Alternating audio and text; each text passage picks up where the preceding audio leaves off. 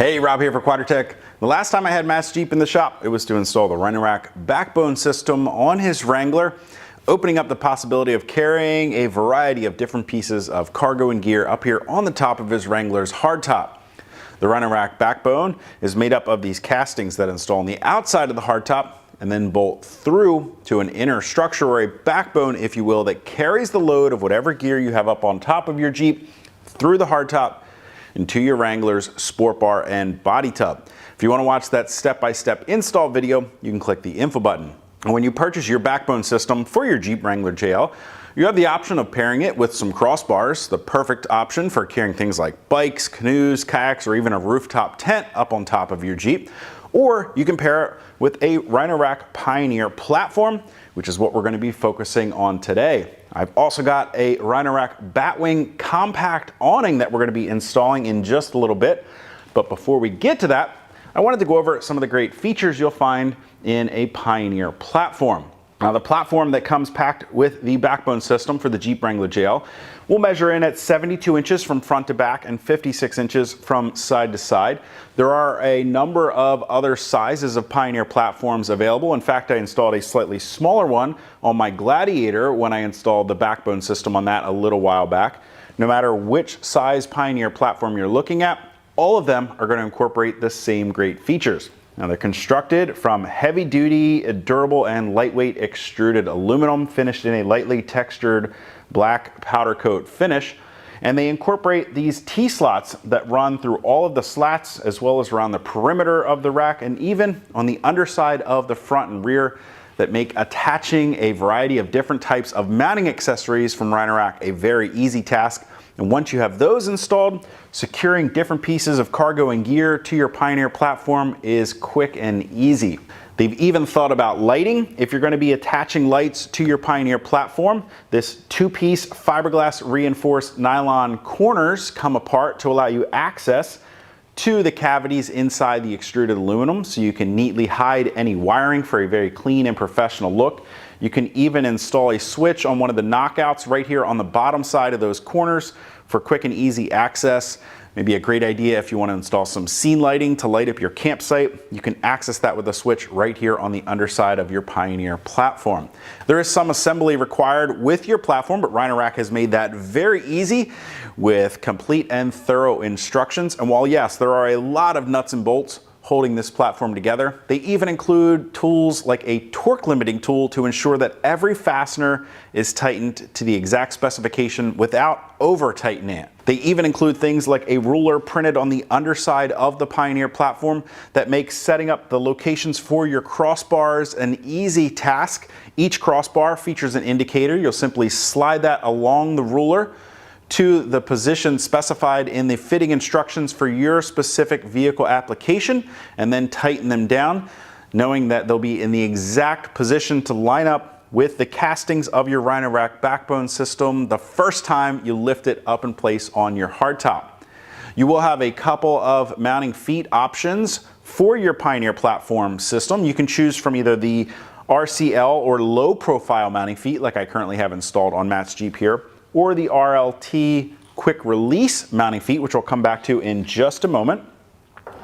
Now, if we look at the low profile legs, we'll see that they keep the entire Pioneer platform system sitting at just about 4 inches off the roof of the Wrangler, keeping an extremely low profile once everything is assembled and installed. They've also got security in mind, so we've got a keyed panel here that we remove to reveal the hardware, securing that foot to the backbone casting. Now, the low profile mounting feet are designed to be a semi-permanent install, so that once you bolt them in place and cover them with that panel, it's going to keep that rack in place. It will require a little bit of work to get that removed from your Jeep. If you know you're going to be installing and removing the platform more frequently, you can check out their quick release legs. Again, we've got a keyed panel here, but when we remove that, we see we have these two quick release tabs. By simply squeezing and pushing in those tabs, we can remove the mounting foot from the base, which would be installed here on your backbone casting, allowing you to quickly and easily remove the platform. And then when you want to set it back in place, drop it down. Pulling these tabs out will release those spring-loaded pins, securing the foot back into the base. You can see it'll make a very quick and easy job of removing and reinstalling your platform up on top of your Wrangler's roof. Now this does sit just a bit higher than the low profile legs. The low profile feet come in at about 1.5 inches tall, while the quick release feet come in at about 3 inches tall. So that's going to put the overall increased height of your vehicle at about 5.5 inches with those quick release feet. As you can see, I've already got a few accessories mounted to the Pioneer platform up here. I've got some Rotopax mounts up towards the front of the vehicle. I've got their Stow-It mounts over there on the passenger side, a great secure mounting option that still gives you quick and easy access to your gear. So whether you're trying to store maybe a shovel, an axe, or even a fishing rod, the Stow-It is a great option for you. Down towards the back of the vehicle there, I've got some recovery board mounting plates installed to make it easy to store some MaxTrax or other type of recovery boards. Now today we're going to be installing a Rhino compact Batwing awning here on the driver's side of the vehicle. Before we get into it, why don't I climb down so we can check it out on the table. The Batwing compact awning is available in your choice of either a driver or passenger side awning. So it is important that you order the correct awning for the side of the vehicle that you intend to attach it. The very first thing you're going to do after unpacking your awning from the box is grab your hardware bag that's been stashed inside of the cover for your awning. Open up the back end of your awning and grab that hardware bag out of the inside storage pocket. You can see you're going to get everything you need to attach your Batwing compact awning to either a set of Rhino crossbars or a Rhino Pioneer platform, as well as a pair of heavy-duty mounting brackets. These brackets have been designed to be offset, which gives you the flexibility of either mounting your awning slightly higher, or if you turn the bracket over, mounting slightly lower. It's great to allow you to customize the exact final position of your awning depending on the mounting feet you have for your platform or your personal preference. You're also going to get a cleat that installs at the back of the vehicle on the opposite side from your awning. The first step we need to do is to go ahead and get our awning mounting brackets loosely attached to the back side of the awning. We'll do that with the 4 provided T-bolts along with washers and lock nuts. And then we can get the hardware for attaching the brackets to the Pioneer platform or crossbars set up. We'll be using the smaller 4 bolts, lock washers, and nut plates to do that. Now, if you are going to be installing your awning onto a set of crossbars, you want to make sure that you're setting up this hardware in an orientation that's perpendicular to the face of the awning mounting bracket. If you're installing your compact Batwing awning on a Pioneer platform, you'll want to set up this hardware so that it is parallel to the mounting face of that awning bracket. Now, if you don't have a friend to help you lift and install the awning onto your Pioneer platform, you might find it easier to install each of the mounting brackets separately.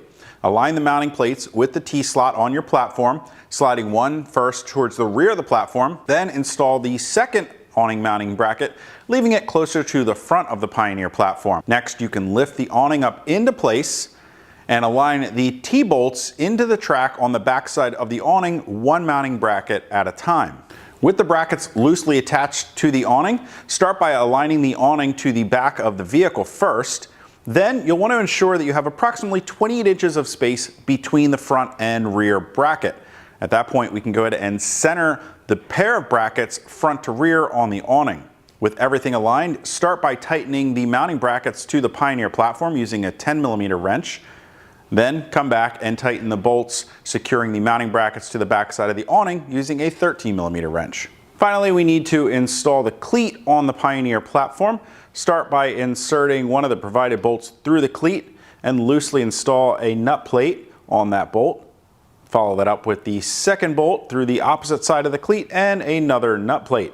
Then we can align the cleat with the T-slot on the back of the Pioneer platform, dropping it into place and sliding it to the opposite side of the vehicle from the awning, at which point you can secure it in place with a 4mm Allen wrench. It's just that quick and easy to add accessories to your Rhino Pioneer platform like a Batwing compact awning. Now why don't I go ahead and show you just how easy it is to open it up so we can take a better look at it. So you can see it literally takes seconds to open your Batwing compact awning, giving you 270 degrees or almost 70 square feet of UV protection, shade, and protection from those occasional rainstorms that might creep up on you. The Rhino Batwing compact awning is constructed from a durable ripstop polycotton canvas. that's both mold resistant as well as tested to a UV 50+ rating.